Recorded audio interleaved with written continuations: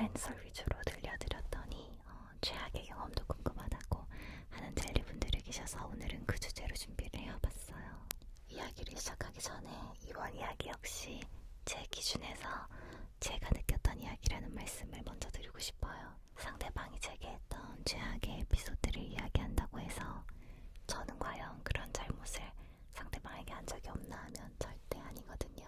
지금 잠깐 떠올려 보아도 차마 제 입으로는 부끄러워서 얘기하기조차 어려운 그런 실수들이 있어요. 그래서 누군가에게는 저도 최악의 연애 상대였을 수 있다라는 점을 먼저 겸허하게 받아들이고 반성을 합니다. 또 사실 예전에는 연애하면서 너무 화가 나서 밤잠을 설치기도 하고 또 상대방을 정말 원망하고 저주하고 막 그러던 때도 있었는데 지금 기준으로는 과거에 저와 함께 시간을 보냈던 모든 인연들에게 되게 감사한 마음이 크거든요. 왜냐하면 그 모든 과거 경험들을 다 지나서 지금의 제가 있는 거니까요.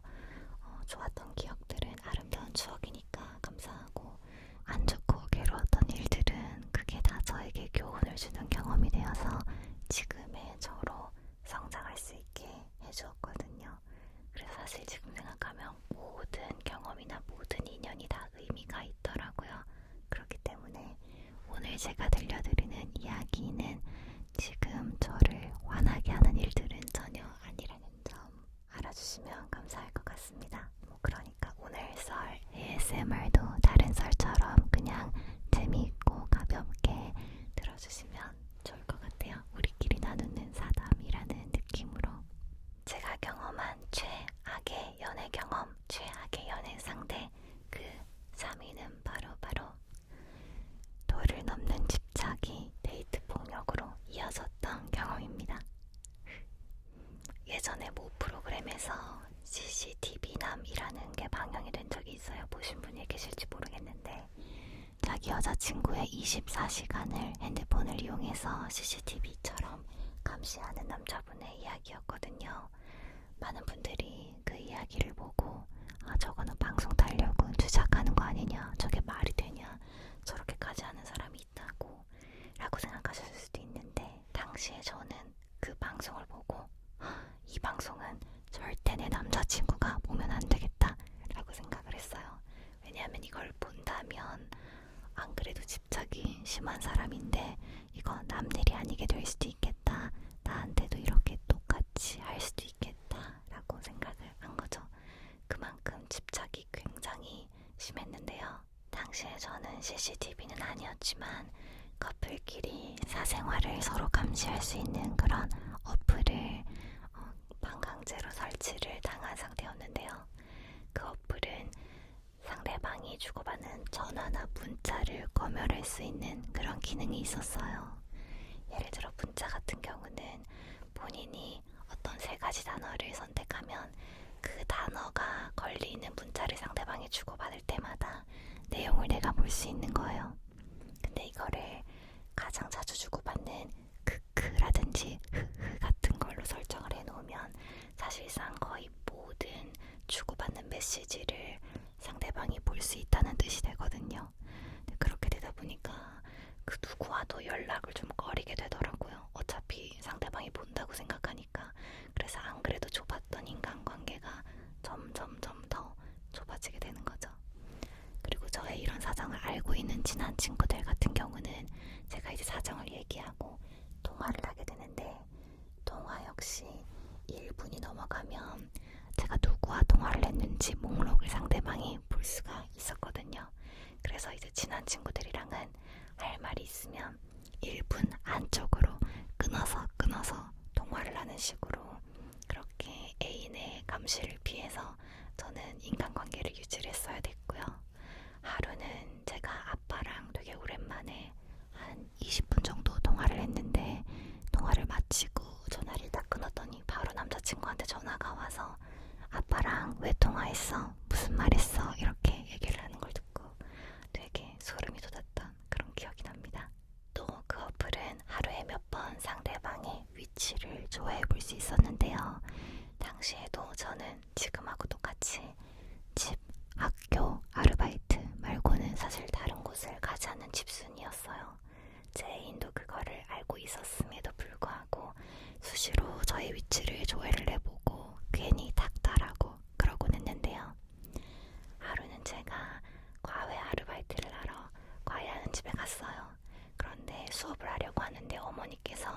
있어서 오늘 얘가 숙제를 제대로 안 해놨다. 그래서 사실 오늘은 선생님이 진도를 나가기가 어려우실 테니까 지금 마침 시간도 저녁 시간이고 선생님 배도 고프실 테니 수업 한 회 하는 걸로 치고 우리 요 앞에 맛있는 식당에 가서 같이 식사를 하자 어떠시냐 라고 하시는 거예요. 거의 집 맞은편에 큰 몰이 있었는데 거기에 이제 되게 괜찮은 파스타 집이 있다.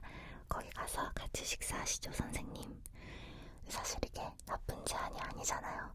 근데 저는 그때부터 심장이 쿵쿵 뛰기 시작하는 거예요. 혹시나 제가 과외를 하고 있을 시간에 제 애인이 저의 위치 추적을 눌렀는데 제가 과외하는 집이 아니라 다른 곳으로 위치가 찍히면 무슨 일이 벌어질지 막 생각만 해도 아찔한 거죠. 왜냐하면 당시 제 애인은 제가 과외하는 집의 위치도 대략 알고 있었기 때문에 그 위치를 벗어나는지 아닌지 파악이 가능하니까요. 근데 뭐 어머님이 식사하러 가자고 하시는데 그런 사정을 구차하게 얘기할 순 없고 그래서 이제 과외하는 어머니, 학생, 저 이렇게 셋이 식사를 하러 가서 밥을 먹었죠. 다행히도 그 시간 동안은 위치 추적을 둘러보지 않았는지 애인이 별 말이 없어서 그냥 넘어가긴 했지만 제게는 아직도 너무나 아찔했던 기억으로 남아있습니다. 집착이 정말 위험한 이유는 이게 사랑이라고 착각하게 되기 때문인 것 같아요. 이 사람이 나를 너무 사랑해서 이렇게 하겠지라고 상대방을 이해해보려고 노력을 하면서 계속 피해를 받게 되는데 사실은 그렇지 않거든요. 집착은 그 의심이 점점점 커지고 결국에는 폭력적인 부분까지 발전을 하게 되더라고요. 제 애인은 사실 원래 굉장히 세심하고 다정한 사람이었는데 그렇다고 생각을 했는데 나중에는 굉장히 폭력적인 사람으로 변하는 거예요. 다행히 저한테 물리적인 폭력을 행사한 적은 단 한 번도 없어요. 그런데 정신적인 폭력 그거 정말 무시할 수 없더라고요. 정말 말도 안 되는 걸 계속 의심하고 그 의심하는 과정에서 저한테 욕설이 섞인 메시지를 끊임없이 보내는 거예요. 수십 통, 수백 통. 예를 들어서 제가 뭐 친구랑 잠깐 이야기를 하다가 한 30분 정도 핸드폰을 못 보잖아요. 그러면 그 뒤에 핸드폰을 들여다보기가 겁이 나는 거예요. 들여다보면 아니나 다를까 지금 뭐해? 왜 답장 안 해? 너 지금 뭐해? 누구랑 있어? 이렇게 시작해서 점점 나중에는 막 야이 삐리리야 너 지금 남자랑 있지? 진짜 죽고 싶냐? 뭐부터 해서 정말 입에 올릴 수 없는 저급한 그런 욕 메시지들을 보내놓은 거죠.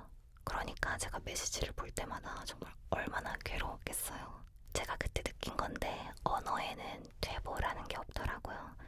한번 상대방에게 1단계, 2단계, 3단계 정도 되는 욕을 하면 그 다음에는 더 심한 4단계 욕을 할지언정 다시 1단계로 돌아가지는 않게 되더라고요. 욕을 아예 안 하던 시절로는 절대 돌아갈 수 없고 또 이미 서로 욕을 하고 들었기 때문에 그 기억도 영원히 상처로 남아있어요. 없어지지 않아요. 그러다 보니까 제가 아무리 애인에게 나 너무 힘들다, 상처받았다, 다시는 이러지 말자라고 굳은 약속을 받아도 그 약속은 너무 쉽게 깨어지는 거예요.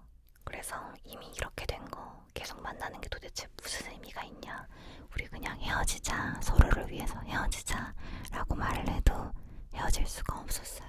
왜냐하면 그 친구가 저랑 헤어지면 자기는 극단적인 선택을 하겠다, 나는 못 헤어진다 이렇게 나오니까 정말 헤어졌다가 문제가 생길 것 같아서 무서워서 헤어지지도 못하는 거죠. 근데 그렇게 만나다가 어느 순간에는 이러다가는 제가 아니라 내가 먼저 죽겠다, 내가 너무 힘들고 괴롭다 하는 생각이 들어서 그냥 에라 모르겠다 하고 헤어졌는데 다행히 별 문제는 없었습니다. 그렇게 겨우겨우 헤어지고 나서야 또 알게 된 사실이 있었는데요. 제가 그 친구를 만나는 동안 표정이 너무 안 좋았던 거예요. 제가 핸드폰을 볼 때마다 너무 인상을 찌푸렸더니 인상 주름이 생긴 거예요. 여기에 오랜 시간 계속 인상을 쓰니까 진짜 이쪽에 근육이 자리를 잡아버렸더라고요. 몰랐어요. 만나고 있을 때는 헤어지고 나서야 알았어요. 인상을 쓰지 않아도 인상을 쓰고 있는 근육이 잡혔다, 주름이 잡혔다. 얼마나 보기 싫어요. 그래서 그 뒤로는 이제 피부과에 갈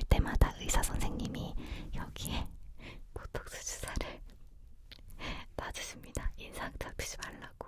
지금은 약간 안 맞은 지 오래돼서 다시 좀 잡히는 것 같긴 한데, 어쨌든 그때 또 알게 된 게 사람이 어떤 인생을 사냐에 따라서 같은 얼굴도 인상이 달라지고 결과적으로 얼굴이 바뀔 수 있구나라는 것도 알게 됐죠. 그 이후로는 저는 웬만하면 인상을 쓰지 않으려고 좀 의식적으로 노력을 해요. 뭐 맛이 없는 음식을 먹을 때라든지 운동을 할 때 아무리 힘들어도 정말 되도록이면 인상을 찌푸리지 않으려고 노력을 합니다.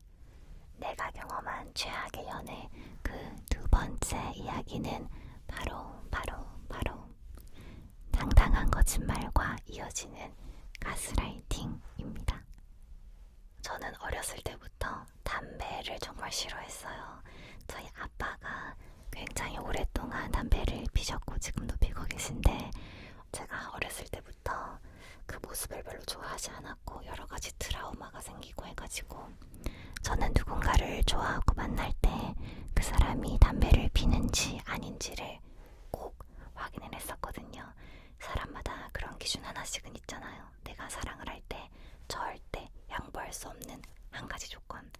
저한테는 그 단 한 가지 조건이 바로 흡연이었어요. 담배를 피는 사람은 절대 안 돼.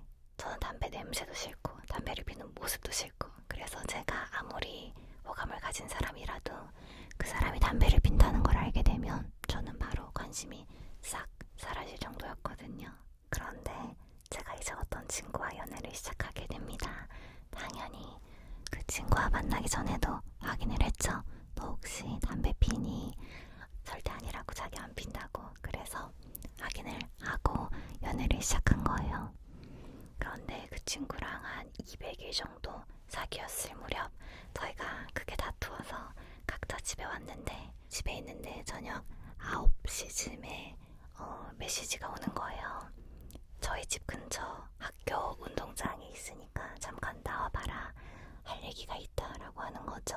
그 당시에 그 친구 집이 저희 집에서 굉장히 멀었어요. 그러다 보니까 이 늦은 시간에 그 먼 거리를 나하고 얘기하겠다고 왔는데 제가 그걸 외면할 수가 없더라고요. 그래서 나갔죠. 집 근처 학교 운동장에 가니까 운동장 한켠에 그 친구가 앉아 있었어요. 제가 가서 그 옆에 앉았죠. 근데 가만히 있던 그 친구가 갑자기 주머니에서 뭔가를 꺼내는 거예요. 꺼냈는데 담배인 거예요. 제가 그 상황이 잘 파악이 안 돼서 이게 뭐지 하고 보고 있는데 그 친구가 그러더라고요. 자기 사실 담배 핀다. 언제부터 폈냐 하니까 원래 폈다. 저를 만나기 전에도 만나는 중에도 담배를 폈대요. 솔직하게 말하겠대요. 그래서 제가 너무 기가 막혀서 어떻게 나한테 이럴 수가 있냐. 내가 정말 단 한 가지 절대 양보할 수 없는 게 담배라고 그렇게 얘기를 했는데 어떻게 이렇게 나를 속일 수가 있냐. 그랬더니 그 친구가 뭐라고 했는지 아세요? 넌 이게 문제야. 넌 이게 문제야. 라고 하더라고요. 자기랑 만나는 도중에 제가 자기가 담배 피는 걸 한 번이라도 눈치를 챈 적이 있냐요? 없다고 했죠. 그러니까 그것 보라고. 담배를 피는 사람이 담배를 피지 않는 사람에게 자기의 흡연 사실을 숨기는 게 얼마나 힘든 일인 줄 아냐고. 그거는 웬만한 노력으로는 안 되는 거라고. 자기는 나랑 만날 때 샤워도 철저히 하고 손도 깨끗이 씻고 물건들도 냄새를 다 빼고 정말 엄청난 노력을 했다는 거예요. 얼마나 내가 좋았으면 그런 거짓말을 해가면서까지 저랑 만났고, 또 만나는 동안 자기가 담배 핀다는 사실을 숨기려고 이렇게까지 자기는 노력을 했는데, 저는 그 노력을 기특해 하거나 귀여워하기는커녕 화만 낸다는 거죠. 저랑 이렇게 다투는, 연애하면서 생기는 문제가 없었다면 자기가 담배를 끊었을 수도 있었을 텐데, 담배를 완전히 끊지 못한 것도 저 때문이라고 하는 거예요. 지금 생각하면 그 순간 바로 그냥 그 친구랑은 손절을 했어야 되는데, 근데 당시에는 제가 아직 이 친구를 많이 좋아하기도 했고, 무엇보다 그때 너무 어려가지고 아직 어떤 행동이 확실하게 옳다, 그르다, 이거는 손절, 각이다, 이건 아니다, 이게 판단이 정확하게 어려웠어요. 경험이나 자료가 부족했달까. 그러니까 이 친구 말을 가만히 듣고 있으니까 저도 헷갈리는 거예요. 진짜 내가 좀 잘못을 했나? 정말 이 친구 말대로 내가 너무 깐깐하고 예민한가 갸우뚱하게 되는 거죠. 그래서 결국에는 담배의 양을 좀 더 줄여나가자 라는 걸로 마무리를 하고 계속 그 친구와 만났어요. 그러니까 저는 졸지에 흡연자 애인을 사귀게 되었던 거죠. 참, 지금 생각하면 그때 저는 정말 어리숙하고 바보 같았어요. 하지만 그때 저와 나이가 비슷했던 그 친구는 어쩜 그렇게 거짓말을 하면서도 당당하고 뻔뻔하게 가스라이팅까지 할 수 있었을까요? 하나를 보면 열을 안다고 젤리 여러분들도 거짓말을 자주 하는 사람, 또 거짓말을 하고도 당당한 사람, 이어져서 가스라이팅까지 하는 사람은 절대 빠른 시일 안에 손절하시기를 바랍니다. 마지막, 제가 겪은 최악의 연애 경험, 대망의 1위 최악의 1위는 바로 나는 항상 우순히 나의 소중함을 몰라주는 사람입니다. 사실 본인의 일이나 공부를 하면서 연애를 하는 경우에는 상대방에게 소홀해지기 마련이죠. 항상 곁에 있다 보니까 소중함을 좀 잊기도 하고, 저한테 어떤 생활이나 커리어가 중요한 만큼 상대방한테도 똑같이 그럴 테니까 연애를 하면서 서로 어느 정도의 나태는 저는 충분히 이해할 수 있다고 생각해요. 그런데 그렇다 하더라도 마음속 깊은 곳에 내가 상대방을 얼만큼 중요하게 생각하고 있냐 하는 건 저는 방심하는 그 순간 드러나게 마련이라고 생각하거든요. 내가 저 상대방이 세상에 아주 유일하고 소중한 존재이고 언제든지 내 곁을 떠나갈 수 있는 사람이다 라고 생각을 하고 있다면 그게 어떤 절실한 순간에 드러나게 돼 있어요. 아무리 바쁘고 정신없는 순간에라도 어느 순간 그 틈에 그 진실한 마음이 보인다는 말이죠. 그런데 반대로 내가 저 상대방을 항상 내 곁에 있는 사람, 당연한 사람, 조금 만만한 사람 이런 식으로 생각을 하고 있으면 결정적인 순간에도 본인의 그런 태도가 탄로나게 되는 것이죠. 때는 제가 어떤 친구와 연애를 하면서 한 500일 정도 되었을 무렵이에요. 사실 당시 그 친구는 연애 초창기부터 조금 무디고 무관심한 그런 모습 때문에 다툼이 좀 있었어요. 근데 사람마다 타고나는 성향이 다르고 또 사랑을 하는 방식도 다르잖아요. 그러니까 저는 제가 그 친구를 좋아하니까 이거는 나를 우순위로 두고 나를 소홀히 해서가 아니라 그냥 이 친구의 사랑의 방식인가 보다, 그렇게 이해를 하려고 노력을 했죠. 하지만 이해하려고 해도 가끔씩 제가 서운함이 폭발할 때가 있었는데, 그게 언제냐면 제가 그 친구의 모순적인 행동을 발견할 때였어요. 예를 들어 당시 그 친구가 지갑 사정이 별로 여의치 않았는데 제 생일날 생일 선물을 사줄 돈이 없다고 하는 거예요. 한 달에 조금씩만 모아도 생일날 선물 사줄 수 있었겠다라고 하는 제 말에는 본인에게는 한 달에 10,000원 모으는 것도 정말 어려운 일이다 라고 이야기를 해서 그런가 보다 하고 넘어갔는데, 그런데 나중에 어느 날 자기 친구들과 갑자기 떠나게 된 충동적인 번개 여행을 갈 돈은 있는 거죠.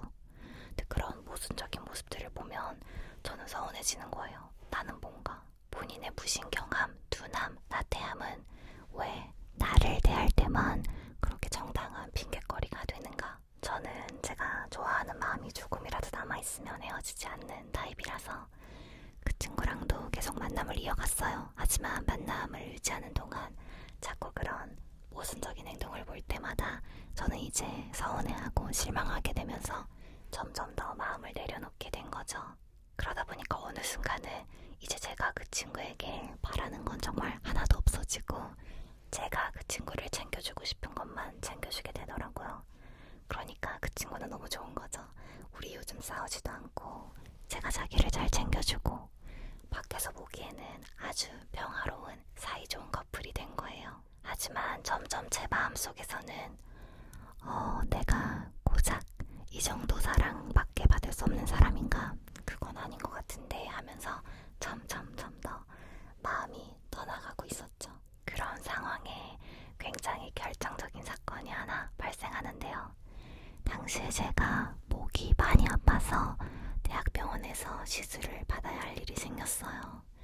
근데 이 시술이 저를 부축할 보호자가 함께 와야지만 받을 수 있는 시술이었거든요. 제가 애인한테 같이 가달라고 부탁할 수도 있었는데 별로 그러고 싶지가 않은 거예요. 제가 마음이 너무 많이 떠난 상태라서 더 이상 내가 신세지고 싶지 않은 그런 마음.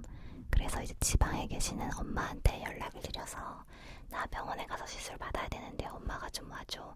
그래서 엄마가 올라오게 되었죠. 시술을 받았는데 너무 아프고 힘들고 서럽고 막 그런 거예요. 그래서 뭔가 위로받고 싶고 관심받고 싶고 그런 걸로 SNS에 이제 제가 병원에 다녀온 걸 올렸어요. 그랬더니 바로 애인에게 연락이 오는 거예요. 막 화를 내면서 아니 병원에 가는 걸 왜 나한테 말을 안 했냐, 왜 굳이 지방에 계신 어머니까지 올라오게 했냐, 나한테 말을 해서 나랑 같이 가면 되지 왜 말을 안 했냐. 근데 사실은 제가 이 목이 하루아침에 갑자기 아파진 게 아니고 점점 더 아파지고 제가 힘들어하고 무서워하는 그런 모든 과정을 그 친구도 알고 있었어요. 그러니까 본인도 저한테 화를 내면서도 되게 미안한 거죠. 만약에 본인이 저한테 조금 더 관심을 가지고 먼저 언제 그래서 대학병원 가기로 했어, 시술이 언제야? 라고 물어보기라도 했다면 같이 가는 약속을 잡을 수도 있었을 텐데 본인이 그런 걸 전혀 신경 쓰지 않고 있었으니까 자기가 생각해도 미안했던 거예요. 그러면서 저한테 제가 시술을 받아서 잘 못 먹을 테니까 자기가 죽을 사다 주겠다고 하더라고요. 저는 그냥 죽을 받는 것도 너무 힘들고 몸에 힘이 없어서 괜찮다고 했는데 내가 사다 주겠다, 죽은 사주게 해달라 라고 해가지고 알았어 그러면 사와. 근데 나 너무 지금 힘이 없어서 그냥 죽 받아서 들어올 거야 바로. 얘기 나누고 그럴 힘도 없어 라고 하니까 알겠다고 하더라고요. 그렇게 해서 그 친구가 저한테 죽을 사다 줬고 제가 이제 죽을 받아서 집에 들어왔어요. 2개를 사왔더라고요, 죽을. 그래서 하나를 열고 다른 하나를 열었는데 죽 하나는 전복죽, 또 다른 하나는 뭐 쇠고기 야채죽 이런 죽이었어요. 그 친구 딴에는 가장 대중적으로 인기가 많고 가격도 비싼 좋은 죽을 사다 준 거죠. 저를 생각하는 마음에. 제가 그 친구와 만나는 500일 동안 저희가 같이 죽을 먹을 일이 있으면 저는 항상 호박죽만 먹은 거예요. 그러니까 저희가 죽 전문점에 가서 죽을 시켜 먹을 때도 저는 호박죽, 편의점에서 그 죽 캔죽 있잖아요. 캔죽을 사 먹을 때도 저는 호박죽. 제가 호박을 좋아해서 달달한 호박죽을 자주 사 먹었어요. 죽을 먹을 일이 있으면 호박죽. 그러다 보니까 저는 그냥 당연히 나한테 호박죽을 사다 주겠거니 라고 생각을 한 거예요. 너무 당연하게. 그래서 너무 충격을 받아서 이제 애인한테 메시지로 호박죽이 있을 줄 알았는데 없네 라고 하니까 아 호박죽 먹고 싶었어? 그럼 먹고 싶다고 말을 하지 라고 하는 거예요. 그 일을 계기로 저는 헤어져야겠다고 결심을 했어요.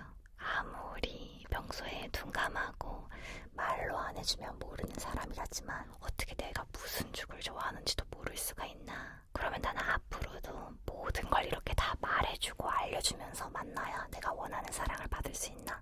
눈앞에서 그렇게 호박죽을 먹어대도 말로 하지 않으면 제가 뭘 좋아하는지 모르는 사람이라고 생각하니까 저는 정말 더 이상은 만날 수가 없더라고요. 그런데 이제 그 친구 입장에서는 최근에 저희가 사이가 나쁘지 않았잖아요. 좋았는데 갑자기 제가 진지하게 헤어지자고 하니까 너무 당황스러운 거죠.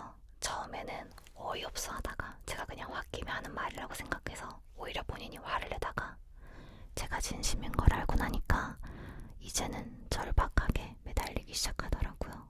모든 걸 자기가 다 망쳤고 자기가 다 잘못했다. 내 인생에서 절대로 바꾸지 않을 거라 생각했던 그런 고집, 모든 가치관까지 내가 다 바꾸겠다. 나한테 한 번만 더 기회를 달라. 너무 보고 싶다. 막 이렇게 얘기를 하더라고요. 그 친구와 만나는 그 긴 기간 동안 단 한 번도 그 친구는 그렇게 자기를 내려놓고 절박하게 매달려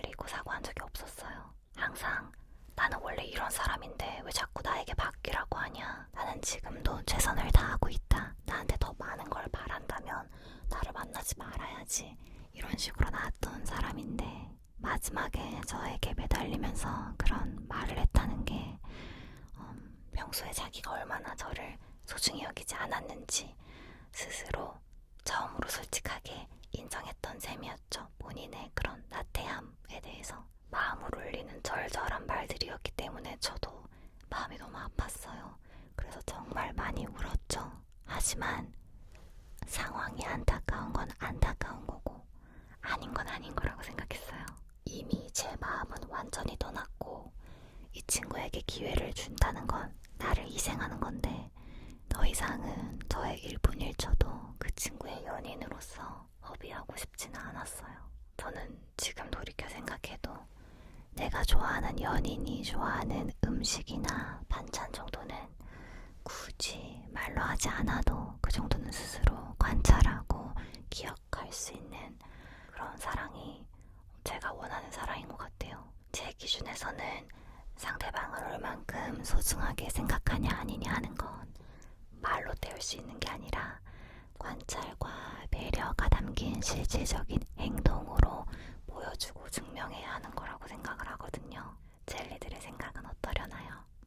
이렇게 저의 최악의 연애 경험 3가지 에피소드 3위를 다 말씀드렸는데요.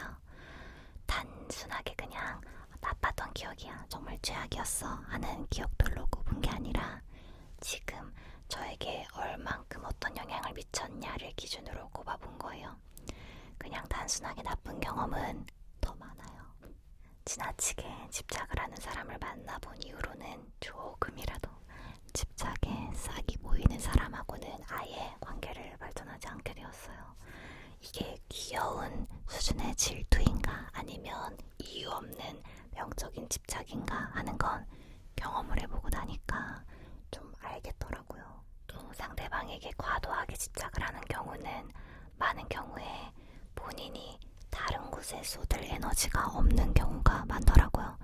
자기가 집중해야 할 일이나 공부나 그런 커리어, 자기에게 중요한 다른 무언가가 없는 사람일 때 상대방에게 너무 집착하는 경우가 또 있어서 전 또 본인이 자부심을 가지고 몰두할 수 있는 커리어가 있는 사람에게 좀 더 관심이 가는 쪽으로 변화를 하게 됐죠.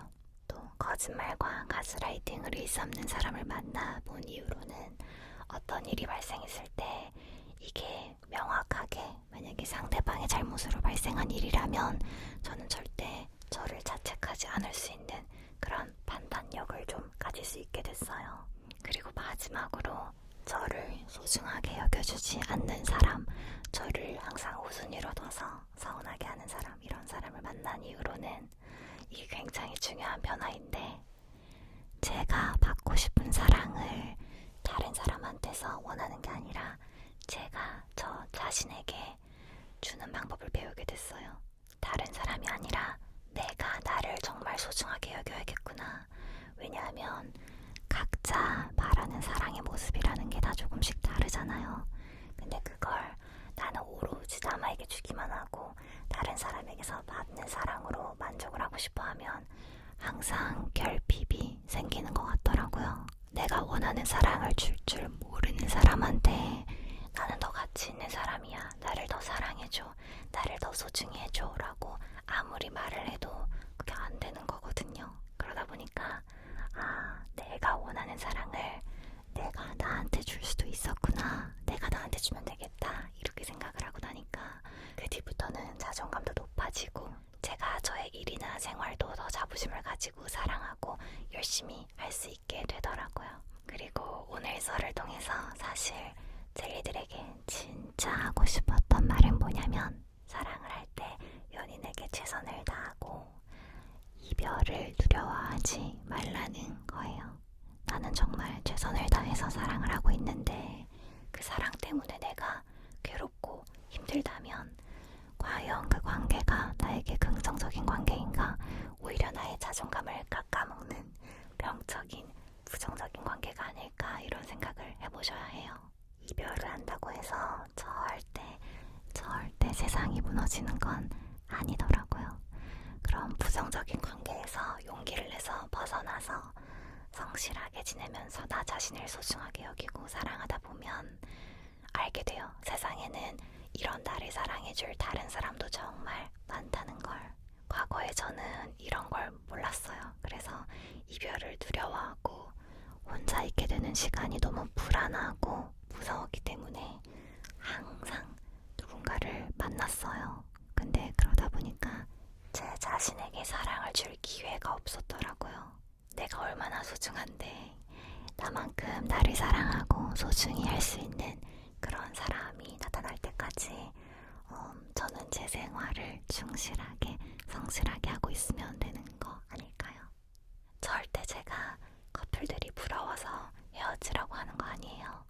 커플들이 부러운 건 맞아요. 항상 부러워하는데 서로에게 힘이 되는 그런 긍정적인 에너지를 주고받는 커플만 저는 부러워합니다. 부럽다. 사실 사랑만큼 강력한 에너지원이 없잖아요. 그래서 저는 지금 사랑을 하고 있는 분들 정말 너무 부럽고 저도 좋은 사람이 있다면 언제든지 커플이 되고 싶어요. 오늘 썰 재미있으셨나요?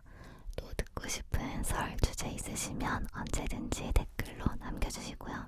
젤리들이 경험했던 최악의 연애 경험들 중에서 이제는 가벼운 썰로 풀어버리고 훌훌 내 안에서 털어버리고 싶다 하는 게 있다면 그것도 댓글로 남겨주세요. 같이 이야기 나눠요. 그럼 좋은 밤, 좋은 꿈 꾸시고 또 얘기해요.